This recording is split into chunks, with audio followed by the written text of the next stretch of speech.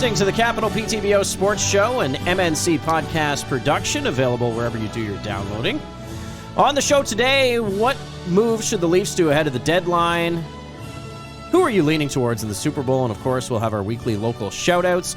One includes a broadcaster who is on her way to the Big Smoke. We'll give you more details on that. Plus our Mono-y-Mono challenge and a long-awaited return of Fair or Foul by popular request. Mark Million and producer Matty, what is going on, fellas? How are you? I always get a text message or something right as the show starts, and I just got to leave it alone. Hardest working man in show business. If I was a pro, I would leave it alone like you. First and foremost, happy 50 episodes. Yes. 48 of which have opened with Mark on his phone. or fixing my, Or halfway through a sneeze or something like that. Yeah. You're doing multi-million-dollar deals. That one there is somebody asking on Shopify inbox whether or not we have a Youth XL Toronto Maple Leafs t-shirt for kids. Did I say it? Yeah. Youth XL. It's a hard no. We don't. You want to check out the merchandise, though, you can go to thecapitalptbo.ca. You can visit us at 370 George Street North. Absolutely. Gentlemen, this show would not be possible without the support of our good friend Brian Goldfinger Personal Injury Law. Brian has been helping out the show since day one, and we are grateful, but he's also the best lawyer out there, in my humble opinion. If you or someone you know gets hurt, God forbid, call Brian, 877-730-1777, or visit goldfingerlaw.com. We also have some exciting news regarding our Patreon page. For those who are new to the show, one way to give us your support is by logging on to patreon.com/capitalptbo. Mark, I understand since our last episode, there's been a huge spike in numbers. We're at 8 Patreons now. 8. That's a 40% improvement in 1 week. Went from 5 to 8. So, new members, Nikki Kimball, thanks very much. Mark Million Sr. I thought it was taking a while for him to subscribe. The Buzzman. The Buzzman's in, and he's in big. He's on the all-star level. Right. He's a top-level ringette player? Was it ringette he plays? That's the end of the show.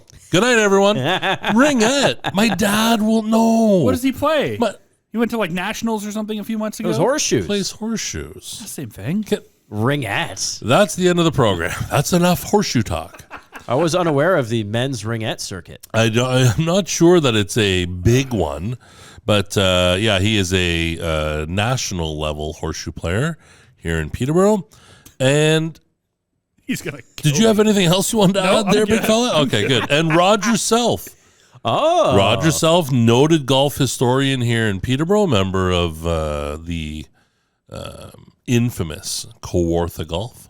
Oh, wow. So, thanks everybody, including obviously the original 5. We've got 8. We want a lot more than 8. Sure. And some of the perks. I mean, there's no reason not to sign up for as little as $3 a month. You can get access to some exclusive content. Yes. You can get markings here at the store, which is great. Yes. And you can even, just get in a shout out on the Wheel of Win Nothing. Yep. Which I think is maybe one of the bigger lures that we have. You might not win anything, but you get to tell everybody you won it. Yes. Yeah. You get your name on TV. And now, I was feeling all right before the 1 in 5 chance because I'm on there too. Now it's a 1 in 8 chance. I don't know how I'm feeling. Want to give this thing a spin? Yeah. Let's hear it. This is the Wheel of Win Nothing. This week's winner is. Let's go a new one. It's about as original as you can get. Jim Murray. Oh, Jimbo. Come on. Jimmy's 6 wins now. 7 wins. Easily. Yeah, he's yeah. Is he the clubhouse leader in wins? I think so. Is he the Tom Brady of the wheel? I was going to say he's got more wins than every other franchise combined, I think. Pretty good stuff. We will get into Tom Brady a little bit later on in the program because I don't know how you guys felt about the announcement. I know he sort of made light of the fact that he did the same thing last year, but it in no way had the same impact on me as it did a year ago. And he stayed a year too long and was part of a bad team. And I thought when he went out last year, that was actually the perfect time. Yeah, I would agree. You want to do this now? Should we do this now? Let's open it now. All right, Tom. Bring him on. I like him as he's got. There's still plenty of gas left in that tank. He hasn't lost the zip on the ball. I mean, maybe when he was 25. I recognize, like a under 500 season doesn't exactly have the, the bells and whistles that he's had in the past, but Playoff clanker, sure. Are we measuring this guy by the same yardstick as like a Tiger Woods, where, Tiger, a terrible season for Tiger was winning three times, where like the PGA Tour average was twice. We just assumed Tiger would win 6, well, it's like 7. A bad Tom Brady season is losing in the playoffs first round. So there's a lot of guys that don't get to the playoffs. That's what you got here. But he's not exactly Steve DeBerg. No, like this isn't 45-year-old, a guy just going out there and hanging around to chase a record. 89,000 yards. I thought, there was once upon a time where I thought Marino's 61,000 was off limits. Sure. No one was ever going to get there. Sure. Yeah, boy, was that wrong.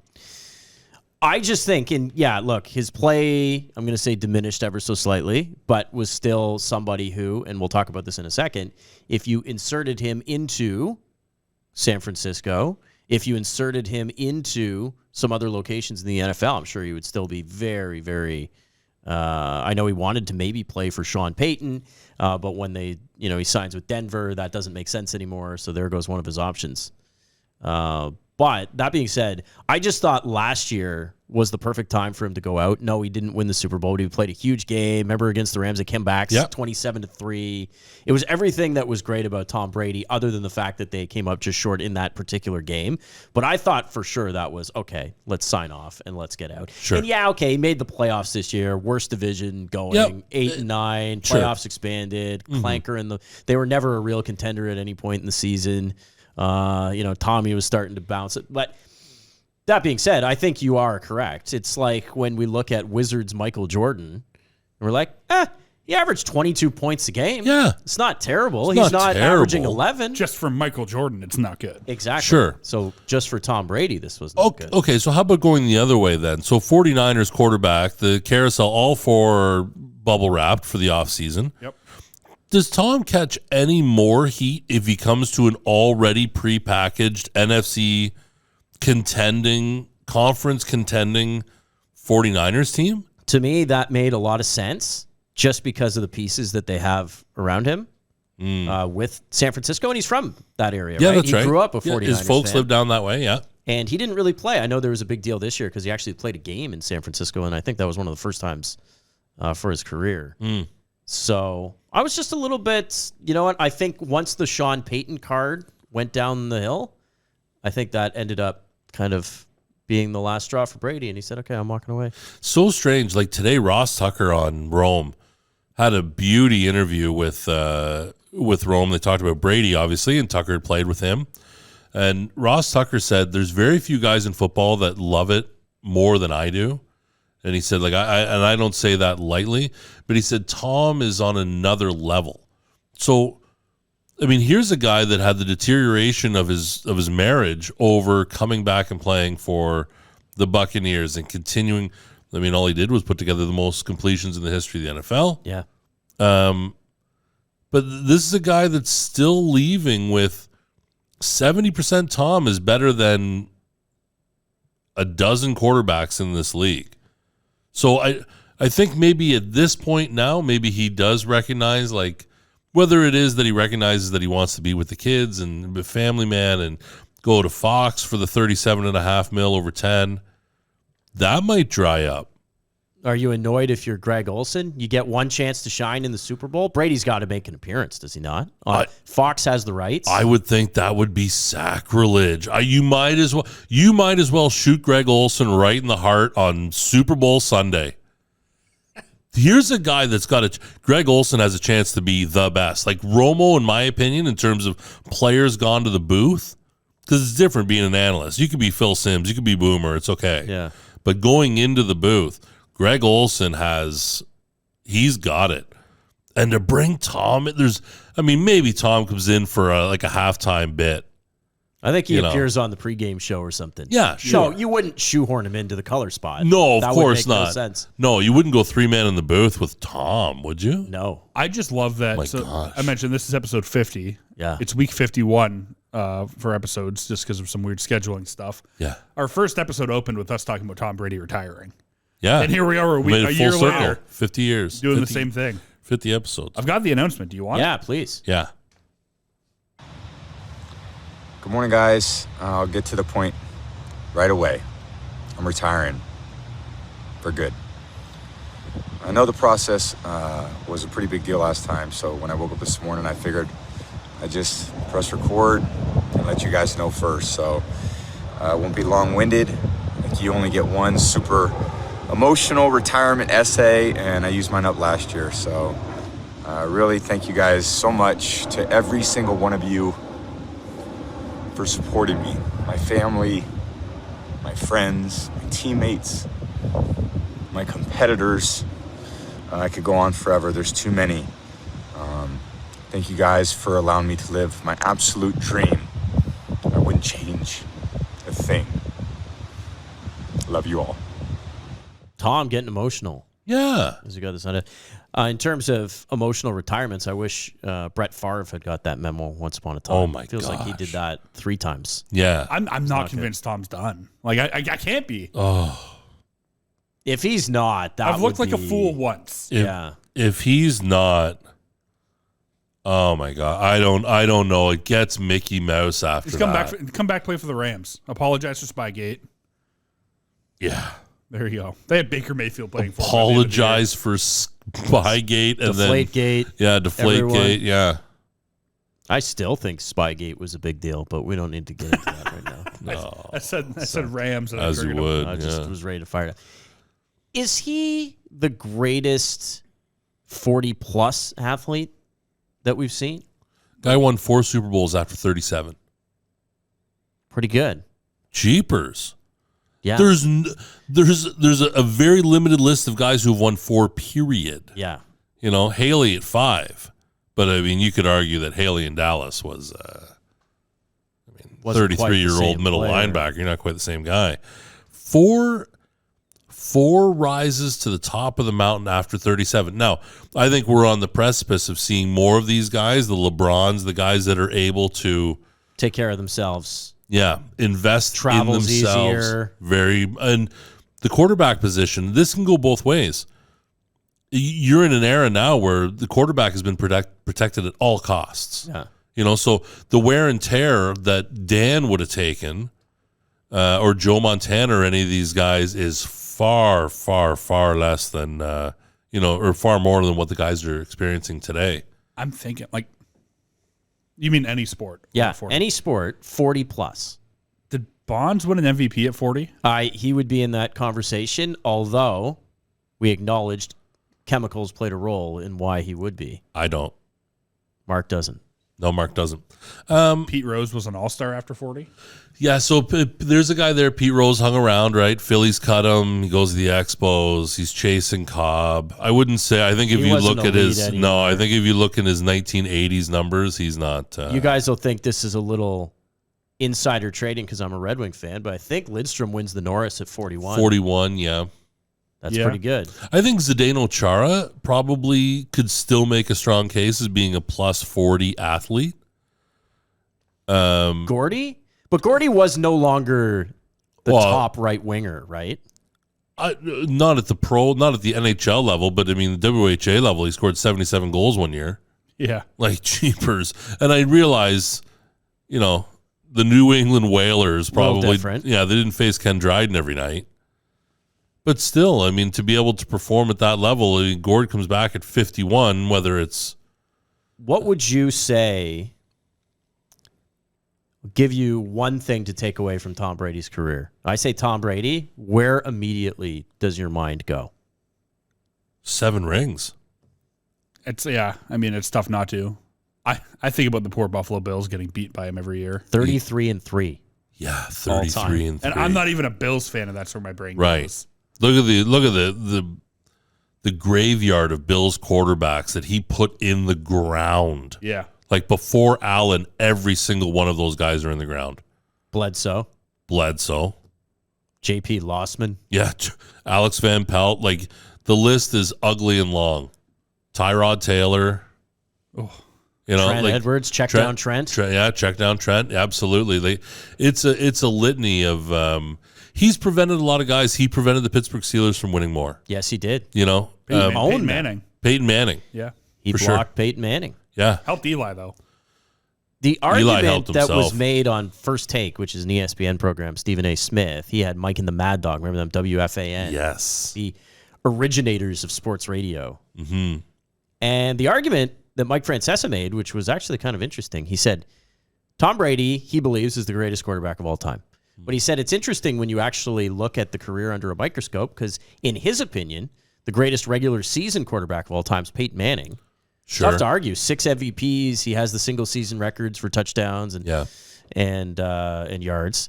And then he said the greatest Super Bowl quarterback, in his opinion, was Joe Montana. Sure. Not just because of the 4-0, but his overall in those 4 games was a quarterback rating of 127.8. Right. Never threw an interception. Never threw an in any of those interception. games. Over 1,000 yards, which there's very few that have done it. But he acknowledges that longevity plays a role here.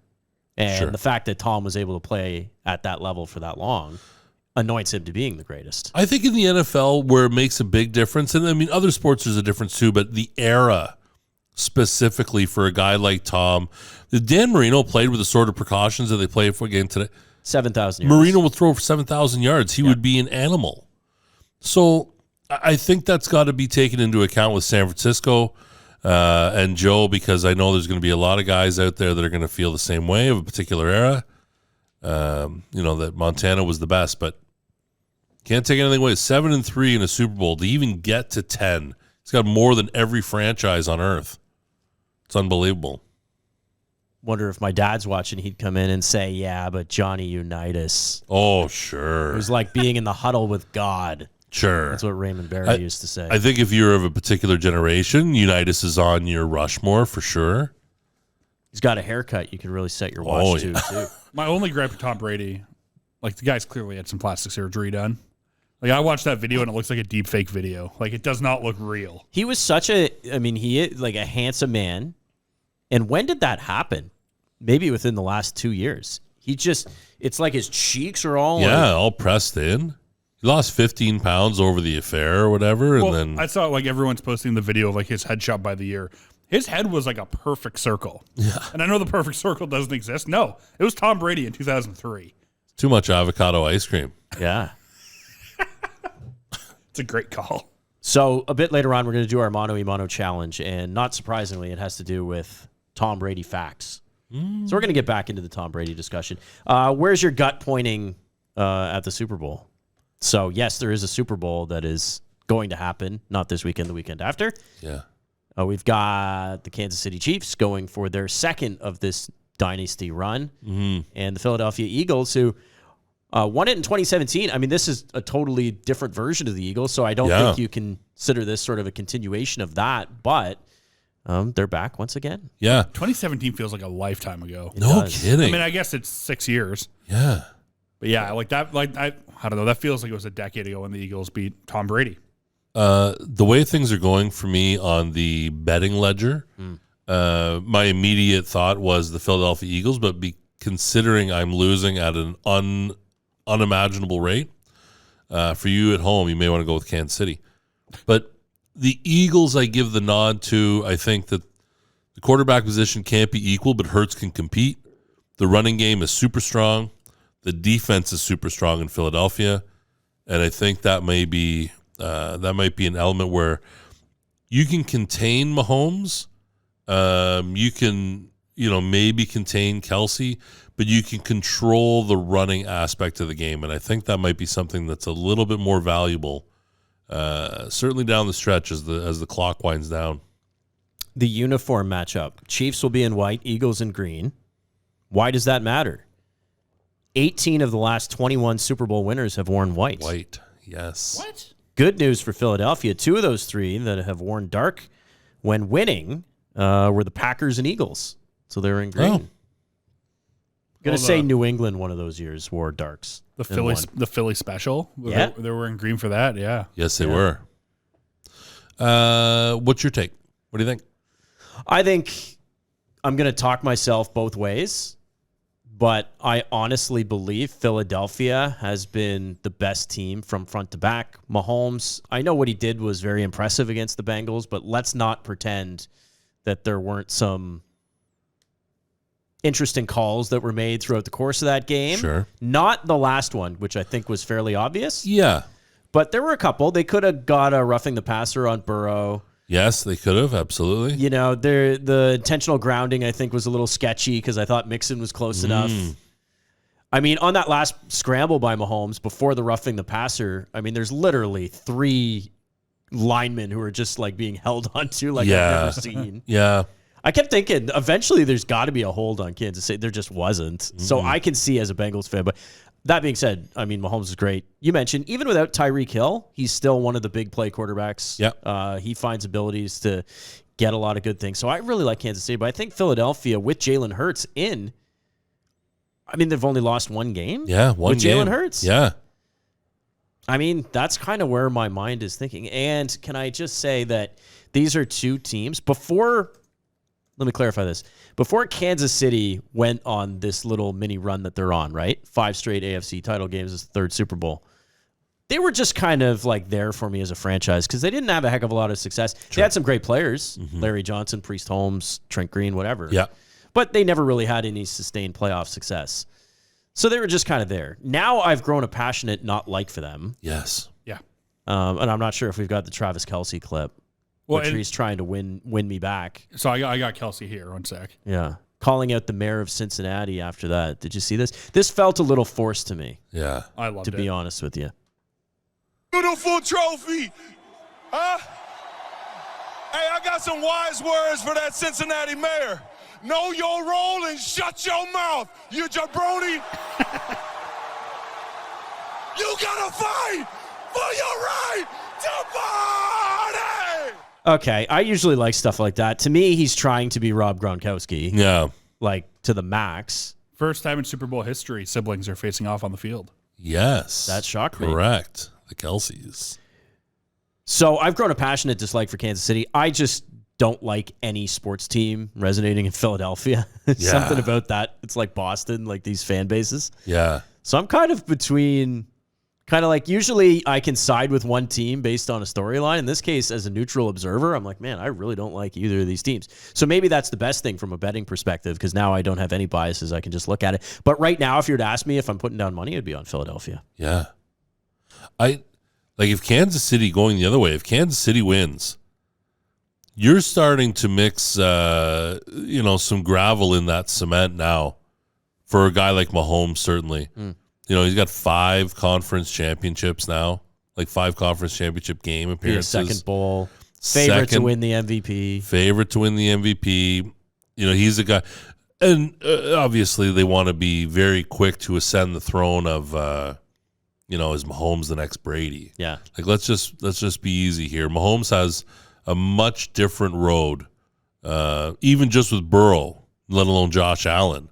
Or Lamar Jackson or Justin Herbert. Yeah. You know, there's a lot of young studs that are in the AFC, whereas in the NFC side, you know, Hurts could set the table here and Philadelphia could be a wagon for years, but that doesn't seem to be the Philadelphia way. You know, they bring in Foles. Have a good year, struggle for a couple. Yeah. And I think actually people in Philadelphia kind of like that in a weird sort of way. Donna Kelce, the father of Jason and Travis. So Travis is the older of the 2 brothers, and she says Jason's the older. She says Jason would say I'm going to root for the baby of the family, which is Travis, and I keep telling him, no, you've given me grandchildren, so we'll just leave it at that. She hasn't said who she's rooting for. Well, there you go. I'm excited about it. I think it's going to be great. Yeah. Got Rihanna on the halftime show, got Chris Stapleton singing at the start, so I think there's going to be a little bit of star power. Just quickly, what's this FanDuel Destiny kick Gronkowski? I mean, they're getting a ton of mileage out of this thing now, right? I don't know if it's actually going to happen. I got to call Vinatieri. Have they even? No, he says it's going to happen. Have they announced how far the kick is? No. This guy's a professional athlete. Like anything inside of 30 yards, this is a no-brainer. Got to be 40. Got to be 40, at least. Kick of destiny. He's a massive individual. He's going to have the leg to be able to get it 30 yards, 100 feet. Rob Gronkowski, Ken Rob Gronkowski. I'm stumbling over everything today. You all right over there? Kick a Need another monster. 25-yard field goal. 25. I'll go down to Kenner tonight and I kick a 25-yarder. It's going to be off a tee, or does he have to do it legit? I mean, it's one thing to do it at Kenner. It's one thing to do it at the Super Bowl and the halftime show. Yeah, but You got the bright lights. Rob's used to that. Yeah. Gronk's a winner. 25-yarder. Remember when was it TSN and Wendy's did the CFL kick challenge and the guy nailed a 50? Yes. For $1 million, and then it came out that they were really just paying him like $1,000 installments. Like, it was really fishy. Oh no! I apologize to Wendy's for outing that, but yeah, that came out that it wasn't like they were handing him $1 million. It was like, okay, you can take $50,000 for a bunch of years. For 20 years, sure, you're getting the annuity. I just don't get this like kick of destiny. Like, does anything happen if he makes it? Well, there's $10 million on the line, but I'm not sure for who. Yeah. Probably for the people that have the wager online. There's probably it's a $10 million pot, and you can could win a part of a $10 million pot. Yeah. You guys have given that much more thought than I have. I thought it was just a commercial. No, but it's actually a thing. Yeah. Let's transition from football ever so slightly. We will have the Tom Brady trivia coming up a bit later on. The National Hockey League, it is the All-Star game, All-Star weekend. Yes. By the time most of our viewers are seeing this, I know you're super excited. You know who is excited? My Uncle Jay, who is fully credentialed and working as a freelancer for Rogers Sportsnet. Who is this guy? He sent me a picture, and maybe I can throw it to you later, Matt. There he is, Matt. Oh, yeah. Where does he... Is he in the change room of the Kinsman there? He's in the change room of the Florida Panthers. They've got cinder block walls of Florida? Yeah. Holy small. No, not everybody does. No, Arizona's in the Leafs conference don't. hall. Yeah. So he's going to be excited. I'm hoping he'll be able to hook us up with a couple interviews while he's down there. That's terrific. Nice. He's doing utility, which is basically rolling cables to cameras and setting up cameras. And Uncle Jay, the hired gun. The grunt work. He says it is the grunt work, but it's very well compensated. That's what he would tell me. Is he setting up the dunk tank? I want to know who's behind the dunk tank for the one challenge. Sure. Gary Bettman is going to celebrate his 30th year as commissioner. February the 1st, 1993 was the first time that he took over the reins to the National Hockey League. Gary Bettman is an interesting character, and I'm going to run down some of the good and bad of Gary Bettman, but just on the surface, Mark, what do you think about Gary Bettman?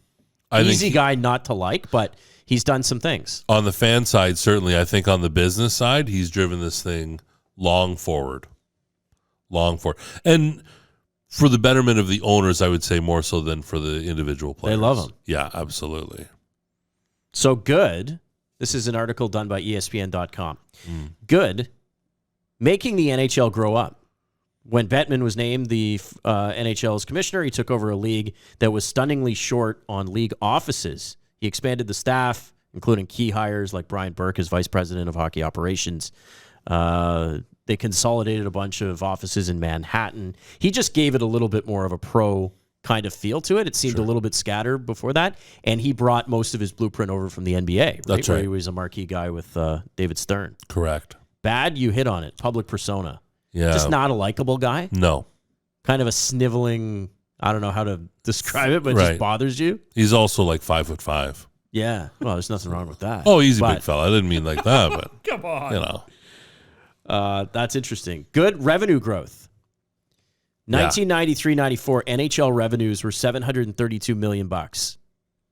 In 2018, it was projected $4.54 billion.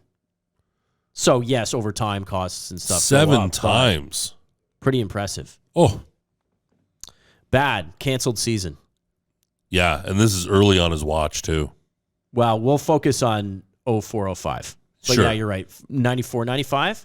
That one is probably a bigger blemish on his resume because they wanted to get the cap. They didn't get the cap. Correct. There weren't a lot of concessions. So that one was kind of a waste. Yeah.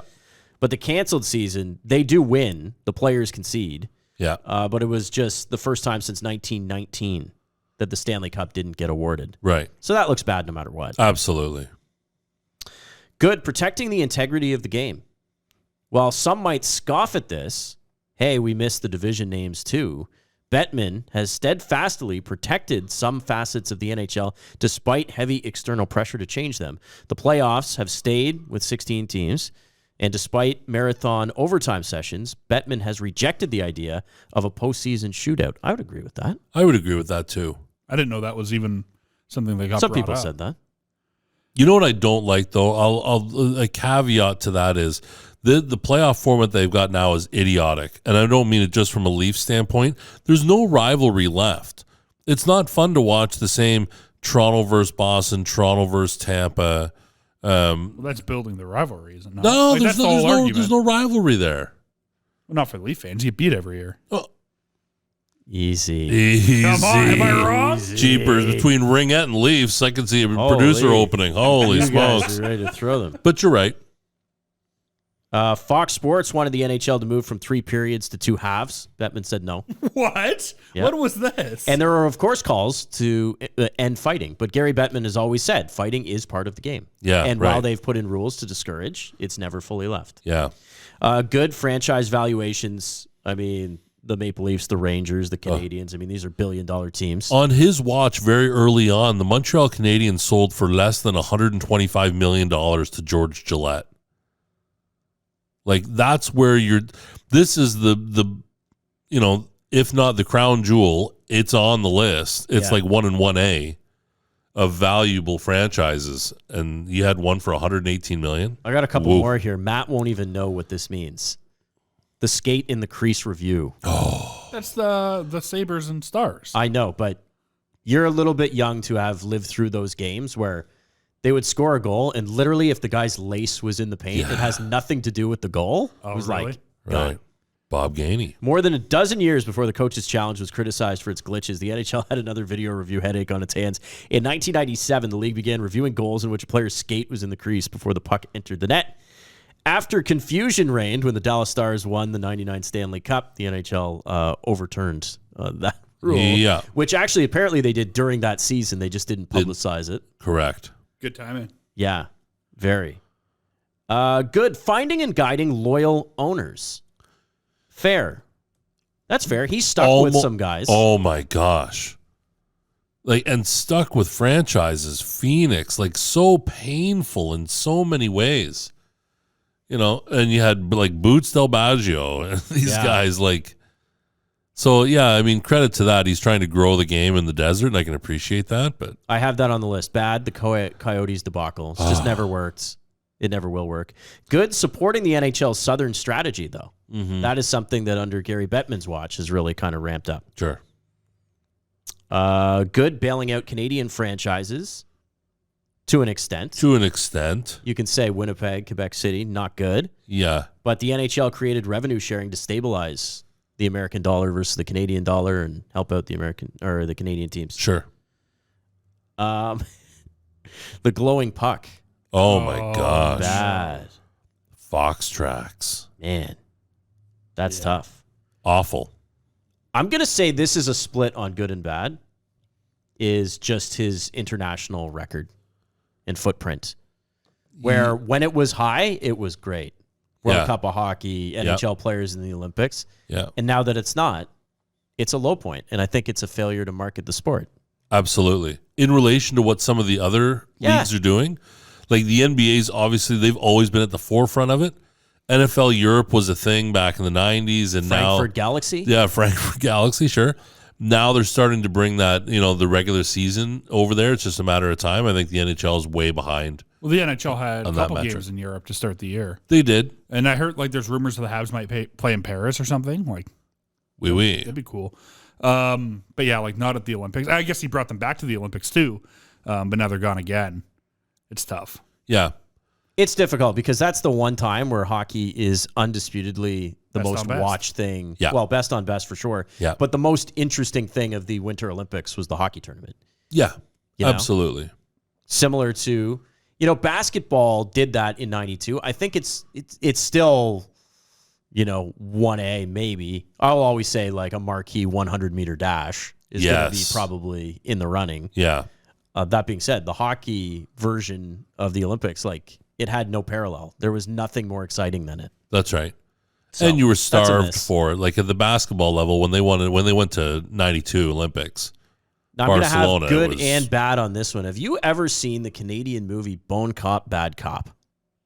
What? I've never even heard of it. It is, at the time it was released, it was the highest grossing Canadian movie of all time. I feel like we've talked about, not on We the show. talked about Bone Cop, Bad Cop. Like Bone is like BON. Like Good Cop, like Bad Good Cop, Bad Cop, Cop, but but French. Okay, Look fine. at you. Oh, oui, It's, chérie. a French cop and an English cop, and they have to solve a murder. And Okay. hijinks ensues. Sure. I just solved the movie for you. Thank you. But there's it's playing off the Eric Lindros doesn't want to go to Quebec City, high profile player, not them in name, but Okay. and then some crazed fan is, making an issue out of it. There's a character who's like 4 feet tall, and he's not Gary Bettman. No, he's Harry Buttman. No. And they make him a total ripoff of Gary Bettman. Is that right? So that's both good and bad. And 80% on Rotten Tomatoes. I refuse to believe this. Harry Buttman, and it's an 80%er? Rick Mercer plays Come a on. loudmouth intermission host, not Don Cherry, Tom Brady. Like, it's that hokey. But anyway. They made a second one 11 years later in Yes, they did. 2017. Bone Cop, Bad Cop. Kids, Wow. we're not doing the Docs Box this week, and that's not a documentary, but put that on the list. Yeah, find that on VHS. Good CanCon. Wow. Oh, my goodness. A lot of great stuff coming up. Matt, you've been arguing about this for a while. Do you want to do Fair or Foul? I would love to do Fair or Foul. We haven't done Fair or Foul in a really long It time. has and we been have a a cool dog's age. intro to it. Okay, now to be fair. To be fair. To be fair. Foul. I throw out a topic. We decide whether or not it's fair or foul. Harry Buttman. Fair. Fair. And I Big like time fair. Gary Bettman, but Harry Buttman is hysterical. Yes. Declining NHL ratings in the U.S. has to do with a lack of regular season intensity. Fair or foul? The ESPN deal, while good on the surface, ratings in the United States down 22%.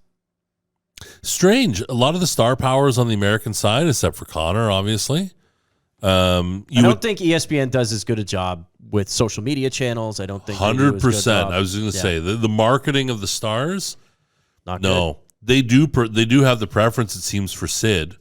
Like Pittsburgh seems to be an ESPN style hockey market that they really enjoy, as opposed to New York with the Rangers. Now, is this not a conversation that's happening in every major four sport? Maybe not football. Not football. But like basketball, people are talking. They've been talking about for years, especially with the Kawhi Leonard stuff. How much I the don't regular think season that matters. we've reconciled the streaming impact on sports and ratings. Is it really a thing? I think that matters for Really? sure.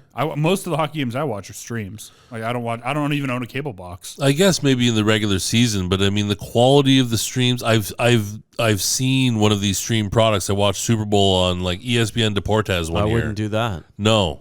So when it gets to the big events, obviously it's a problem. Yeah, the cord cutters for sure. I can appreciate that being a thing. Everybody used to say offense, offense, offense. Well, we're getting like 20-year highs. Historic in offense for the And last. yet, Yeah. I mean, I don't know. Yeah, marketing of the Stars, that doesn't help. I don't think they're very good at that. I don't think the Stars are particularly entertaining either when you do. Oh my Like goodness, Sidney Crosby, we love him, but I Sure. mean, not somebody who's going to stand out in the crowd. I don't even think he has social media. Connor McDavid's so boring. Connor Bedard's not much more fun either. Like, And I don't blame them, by the way, because the second they say something, people jump on them. Sure. So I totally get it. we need more Jeremy Roenick's. Brett Hull, guys like that. Chelios. Like Trevor Zegras is funny. Now he's getting buried for some on ice stuff, but Fair or foul, Novak Djokovic is now the greatest tennis player of all time. That's fair. foul. I'm a Nadal guy. Wow. I'm a Nadal guy too, but Djokovic, he could win 40 more, and I'd still say Nadal. This is the twilight. He is winding down. It's getting more difficult to watch him. You know, that Australian Open last week, he's beat down. he is beat down. But the most decorated, like Rushmore #1 spot, it's got to be Djokovic. It's interesting how tennis responds because obviously he's a controversial figure in some circles. Sure. Even before anything vaccine related, whatever your opinion is on that, was just not as liked a guy. Yeah. Kind of a jerk. Federer Interesting was family. always that #1 guy. Federer was class. Nadal all the was the way. hardworking worker bee. That's right. And then here comes Djokovic, and he's going to end up winning more than either of them. And yet, I think there's still going to be a crowd who's like, nah, we don't like him, so we're not going to fully acknowledge. Yep. And we're going to conjure up I think- arguments against them. I think history will remember him in that way, kind of silver spoonish. You know, Federer was still the most liked. OG Anunoby wanting a fresh start from the Toronto Raptors. This is rich, isn't it? Fair or foul? He had a comment the other day that was sort of a backhanded swipe at Nick Nurse saying, some games I get the ball a lot, other games I don't. It's just something you got to deal with. And it's just sort of a shot at the offensive system. What's the pedigree of this kid? I mean, it's fair for me. I think the Raptors are such a garbage fire. Oh, they're a dumpster fire for sure. I can appreciate that. But, I mean, here we're going to what is this kid taking? What are we, 4 years in on Anunoby? I mean, he's in the fourth year of a $72 million. Nice player. But, I mean, I think maybe, the nights that we've given him, I'd like to see what his... He is in his 5th season. So I'd like to see what his splits are like. I mean, we're not talking about a guy that averages 25 and 10. 16 this year. He is leading the league in steals. Steals, sure. 60, almost 17 points per game, 5.5 rebounds, 2 assists, 2 steals. Okay, is that relative in an NBA where guys are scoring 30, 40, 50 a night? No, but I think defense is. Sure. And I can appreciate he's one of the better defensive players at his position. I can appreciate that. I think it's fair from both sides. I think it's fair. Anunoby probably at this point in his career doesn't want to go back and do a rebuild. I think that's kind of what you got to do if you're Toronto. So you're sort of hovering around the middle part, which is not where you want to be. Sure. You want to go out in a blaze of glory. I just think it's weird to me that he's complaining about not getting the ball when he's been a defensive first guy his whole career. Like once upon a time, I used to host a Raptor show, and we talked about how OG only had 8 points, and then we watched the game, and he locked guys down. The rap sheet. The rap sheet, yeah. Last but not least, your fair or foul. Fedor Emelianenko, Matt Latour, who I once proclaimed the GOAT of mixed martial arts, is fighting one more time. Bellator 290. Yeah, it's this Saturday, Inglewood, California. Do you know Fedor, Mark? Yeah, is this the guy that used to wrestle the grizzly bears when he was a kid? No, that was Khabib. Oh, yeah, Khabib. Well, Fedor also might have, but Khabib did for sure. Yeah, Khabib, right. Fedor made his MMA debut in 2000. He went undefeated for 12 years or something. Yeah, so he started his career, he lost, he started 4-1. And then he went from 4-1 to 31-1. Wow. Didn't lose for a long time, but never went to the UFC. Here's the thing. He was the guy who would fight in the other circles, not the UFC. Bellator, Okay. Strikeforce, Pride. Because the UFC forced exclusivity, right? You couldn't, at that time, probably not now, you couldn't fight in the UFC and then fight somewhere else. Yeah, you still can't, yeah. Okay. And Fedor never. Fedor was like, I'm this champ over here in Eastern Europe. I'm just going to start killing dudes. Right. Wow. So he beat up everybody, goes to Bellator, and now he's 46 years old? He's got that old man strength. Oh, man. Yeah, but he doesn't. No, he doesn't? The guy he's fighting is Ryan Bader, who's a former UFC light heavyweight that knocked Fedor out. What year was that? 2019 with a jab. Not even like a loaded Knocked him out with a jab? A former light heavyweight knocked him out with a jab. And Fedor is still 40 wins, 6 losses. Pretty good record. That's pretty good. Wow. But you're getting knocked up by jabs in your 40s. It's time to call it. And he has won his last 2 fights. So You used to always say that there's always a tougher guy.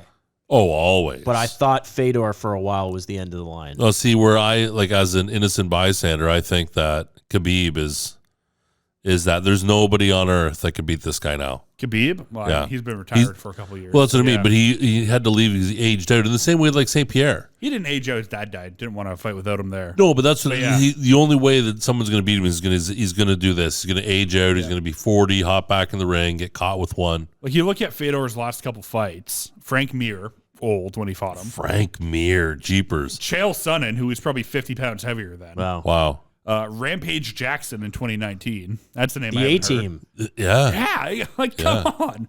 And then Timothy Johnson, who's 37 and definitely on the back end of his career. And now he's fighting Ryan Bader again. And Bader's been kind of the guy since he went to Bellator. Sucked in the UFC though. I don't need it. Wow. I don't That's need fair him to keep foul. fighting. I talked about this with Anderson Silva. Like some guys hang on too long. Tom Sure. Brady. Yes. I would argue. 1 year too long. Now, a lot of people like to think that we are just exclusively a sports show. Right. But we have so much varying interests in different avenues. We're well read.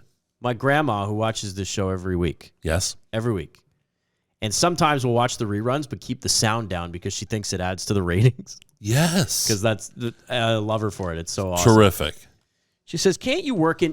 I like more stories about the snowblower and the neighbors and stuff that's not hyper. So I thought we'd throw this in once in a while. It's called Random Discussion, Not About Sports. And I've got 3 bullets here. Very catchy name. And you guys tell me which one you want me to tackle. Okay. James Cameron, The Wagon. Best John Cougar albums. And Pamela Anderson, Baywatch royalties. Yeah, like the one, like James Cameron jumps out immediately. Canadian-born? Cameron's Yes. a Canadian, right? Yep. He's... Well, so is Pam. Well, yeah, Pam, BC. Pammy. Shout out. Let's go. Easy now. Cameron is 3 of 4 on the highest grossing of all time. Like, That's where I was going with it. That's an unbelievable. You could be inside the lens. You could be as talented as any of them, and we all know, the Scorseses, the Spielbergs, the Coppolas, like guys that have produced iconic films of generations. And here, this guy's done both. He's managed to make them cash, and I mean, these things like Titanic is still. And you knew what the ending was. Spoiler alert, guys. They were all going to end up in the ocean anyways. The boat sinks. But he manages to find the narrative, and like that's wagon territory for me. I guess we're talking about James Cameron. Avatar, the second one, Yeah. makes it now the 4th highest grossing movie of all time. As of this recording, $2.128 billion. Number 1 is the original Avatar. Number 2 is an Avengers. Matt, that's your portfolio. Yeah. Number 3 is Titanic, which is crazy with inflate. Like that's 1997. You're going back a long ways for that one. Yes. So the fact that he's got 3 of 4, I mean, that's pretty good. Oh my gosh. I don't know. I've never been a James Cameron guy. Didn't like the first Avatar. Haven't seen the new one. Titanic. I know the boat sinks. What about Terminator Judgment Day? Judgment Day, I yeah. did like the Terminator movies. True But, like, Lies. It's crazy looking at these guys that have such a short filmography. Like Quentin Tarantino's another one. Yeah, he doesn't have a lot. But when like, they make them, they make them. they're all bangers. Yeah. Tarantino, you really got to like that genre, though, of kind of weird with gratuitous violence and... You just never know what's going to happen. His face makes an appearance in every movie. Yeah. So there you go. No, we could have. Apologies to Best John Cougar albums and Pam Anderson Baywatch royalties. We're not getting there this week. That mailbox money must be tight, though, no? Only $4,000 a year. $4,000 a year? Pam Anderson only makes $4,000 a year from Baywatch. She came out and said that. She's doing the tour because the memoir. Yeah, and the yeah, Netflix sure. doc. She didn't have proper representation early, and if you wanted to broker a deal with her, you had to go through Playboy that was basically making these deals. Crushing deals. So sure. now, despite the syndication, despite the streaming, like she only gets $4,000, and she's the reason why that franchise was. Oh my gosh! I mean, with all due respect to David Hasselhoff, yeah, sure. Mitch Buchanan. Have you seen James Cameron's first movie he directed? No. Piranha 2: The Spawning. Oh, I did read that, but I haven't seen it. We talk about royalty and Rotten Tomatoes. How about a 5%? Oof. Oh, cheapers. That's rotten. That's very rotten. Wow. Mono challenge. We got to hurry here, and that's how we do the random discussion, not about sports. Hope you enjoyed it, Grandma. Tom Brady. We're going back there for the Mono challenge. It is all things to do with Tom Brady trivia. So, read the series theme music. Question number 1. Who did he back up for 2 years at the University of Michigan? I know. Let's go with John Elway. Oh. Who had been in the NFL Fell for, since 1983. That's why he had backed up for him. Brian Greasy. It is Brian Greasy. Correct. Played Never heard that name in my Denver. life. Played with Denver. He replaced Elway in Denver. He so replaced Elway, yeah. So good Weird segue man. there, yeah. His dad was also Bob Greasy from the undefeated Miami 72. Dolphins. We'll call it half a point. No, we won't. Give me the 6 quarterbacks drafted ahead of Tom Brady. Oh, cheapers. Your boy Mark Bulger's on this list. Yes, he is. You know it. Oh, cheapers. Guys drafted ahead of him that year. I'm going to apologize to 2 of these guys because I only wrote down their last names, have no idea what their first names are. Oh. Kelly Wynn? Spurgeon Wynn. Spurgeon Wynn. What did I say? Kelly Wynn? Kelly, Yeah, Spurgeon not Kelly. Wynn. Same thing, half point. No. Full point. I mean, jeepers in the interest of time, I'm not Phillip sure. Rivers. No, he was the Eli Manning draft. Yeah. I'm just tossing at old head names. Chris Redman. So Oh. he played 12 games. Ben Chris Roethlisberger. Redman with Carolina? And Atlanta. Oh, my gosh. Chad Pennington would be the big name. Harvard or Yale. Yeah, Pennington and Bulger. And then there's a guy called Carmazzi who never made it, Wow. and Martin who never made it with the Steelers. Wow. The only other player to win 5 Super Bowls, Mark, you sort of named this one Alluded to already. this. Matt, maybe you can give us your guess. So I'm looking up Giovanni Carmazzi. He made the practice squad for 2 years.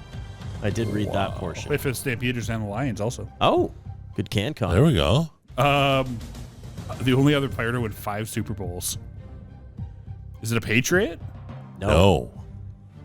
I have no idea. He's a 49er and a Cowboy. I don't know. Who? All right, Mark. Is that Charles Haley? Charles Haley. Yes. You did reference a little bit earlier. Yes. Mano a Mano Challenge Tom Brady trivia. This team had Brady's number, going 3-1 against him in the playoffs, and a very respectable 6-8 in the regular season.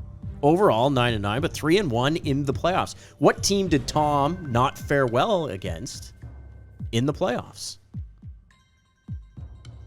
The Baltimore Ravens. No, but they did beat him a couple of times. So that guess is pretty good. Not that one, though. He's 3-1. He's 1-3. 1-3 in the postseason. The Jags. I'm just going to keep tossing guesses out here. Not the Jags. Indianapolis Colts. 4-1 in the playoffs against the Colts. He only lost that AFC title game to them. Kansas City Chiefs. No. See, the Chiefs is a team in the regular season. I knew that. I should have known that. Denver Broncos. Huh. The only time he beat them in the playoffs was when they had PTBO at quarterback. Oh, yeah. But they beat him with Jake Plummer. And then the 2 years, wow. 2 title games with Peyton Manning. Oh, So they sure. were 3-1 against him. Denver. Always a difficult place to play. Yeah, the Mile Denver, High. for sure. Last but not least here, Tom Brady trivia. Brady has the record of passing yards in the Super Bowl, 3,039. Yeah. Who is second on that list with 1,156? Yeah. The beauty of this guy, and I love this guy. He's one of my faves. He did it in 3 games. So you got 1,156 in 3 games. Montana's third in 4 games. Yes. And I think only the 3 of them are 1,000 yards. It's rare. There's Yeah. very few guys that have 1,000 career yards. Well, Montana was my guess. So it's not him. Not Joey. No. Is it someone I would know? Yeah, Yes. you'd know. And then when you hear the answer, you'll go, of course, Jordan asked that question. Oh, Kirk? Who? Kurt Warner. Kurt Warner. Correct. Kirk. Captain Kirk Warner. Kurt Warner. Who, until Brady started throwing the ball around the park, Warner actually had the top 3 totals. He had a 414, a 377, and a 365 or something. That's right. Did Brady not lose with like 500 yards against Philadelphia? Yes, Yes, he did. Yeah. 511 or Tom something. Brady trivia right there. That's how we do it. Couple of local notes I wanted to get here. Yeah. Pete's Pink in the Rink. Wagon. Unbelievable. The franchise has raised more than $900,000 going back the Yep. last 13 times that they held this particular event. Yeah. I know it's one, Mark, that strikes people. There's an emotional connection to this one. This is Absolutely. something that when the schedule gets released, it certainly gets circled by a lot of people. Absolutely. Your TV and Peterborough Pete's and everybody that's been involved with this thing, it's been a winner right out of the gate. The stories are, they catch you. These are people that, they live in your community or whatever, and you can get the names on the shirts and terrific. Everybody's done such a great job. How about the jerseys this year? Those are good. I think they look really good. Yeah. I know the sentimentality, but Yeah. usually they're just kind of, but actually whoever designed them this year, it was phenomenal. The light blue is a nice touch that you'd never think of. Yeah. Light blue is a nice touch. And you get the gens, right? So it'd be nice to punch out the gens, but it's good for the community. I mean, against your number one rival, the longest longest running rival you've got for the Petes. Best rivalry in hockey. In junior hockey, certainly, yeah. So it's terrific. And when you know a couple of people, it's different. It hits different for sure. The special jerseys will have more than 200 names of people who battled cancer or who are battling cancer. Right. I encourage you to check out and visit the gopetesco.com. You can figure out a way to donate in some way, shape, or form. I know at the game there's going to be Chuckapucks and there's going to be Bob Cajun Brewing Companies doing some things. Yeah. And, of course, you can log online and do most of your donating there. So don't chuck the beers. No. Keep them going. Do not. Local shout-out, Owen Beck. Yeah. Yeah. Emergency call-up for the Montreal Canadiens. What a good story. I love that. All-Canadian matchup. Kid gets a shot, right? It's in Ottawa. Or was it in Montreal and they played Ottawa? In Ottawa. Yeah. And good for that kid. He's only been here for a short time, but yeah, in a month he went from Mississauga to the World Juniors to Peterborough to playing for the Habs. Yeah. And he got the true Habs experience, losing 5-0. Wow. And he got the rookie lap. Yeah, he got the rookie lap, which was totally by rad. himself. Yeah. Which is pretty good. Good for him. I always love the emergency call-ups. I saw, was it the Oilers had somebody from the Golden And Bears? they threw him in. Oh, yeah. That was awesome. Yeah. The game was out of reach. It was why not? Well, sure. Let's make a moment. Sure. I want to give a shout-out to the Century 21 Lakers. They made a surprise presentation of a jersey to Peter Buzanellos, the Pizza Factory. 43 years. It's no longer here. No longer there. Peter and Anna, like an absolute staple on that corner, the Parkway and Lansdowne. I think you'd be hard pressed to find somebody who's not, if you've been here for, I'd say even 15 years, you'd be hard pressed to find somebody who's not eating in the Spaghetti House. What catches your eye? Pizza Factory. Not Spaghetti House. People confuse those places. All the time. I don't know. I don't get the thing. Spaghetti House is by the PMC. What did I say? Spaghetti House. Yeah. Get out of here. Factory. Pizza Factories. They catered your wedding. Yeah, they did. Peter, sorry. They did too, yeah. Oh, my God. It was one of the first places I moved here about 5 years ago. One of the first places I went because it catches your eye right off the highway. And you want a Caesar salad? Oh, yeah. Oh, yeah. Get out of The here. lasagna? Peter's Famous Foods makes the salad dressing. Finally, Katrina Squazin, who's going to be leaving Global Peterborough. Yes. We could be breaking this story for all I know. Yeah. She's accepted a role as associate producer at Rogers Sportsnet. So terrific. She's always been a friend to us. We're hoping we can connect with her and talk a little bit about her new role. I hope so, yeah. But I know this was her last week over at Global. And, just one of our friends plays on our MNC Ravens softball team. Good third basewoman? Yes. Is that right? Had a couple triples this year. She did. She got some wheels, yeah. She's put the resume right together, too. Like Pete's broadcasts. She's done the... What would you call that? Being the local news? Well, local news, but she's like the anchor woman for it. Amazing stuff. Shout out to Katrina. And thank you, everybody, for watching. You've been watching the Capital PTBO Sports Show and MNC Podcast production, available wherever you do your downloading. For Mark Millian and Matt Latour, I'm Jordan Mercier. We will talk again next week.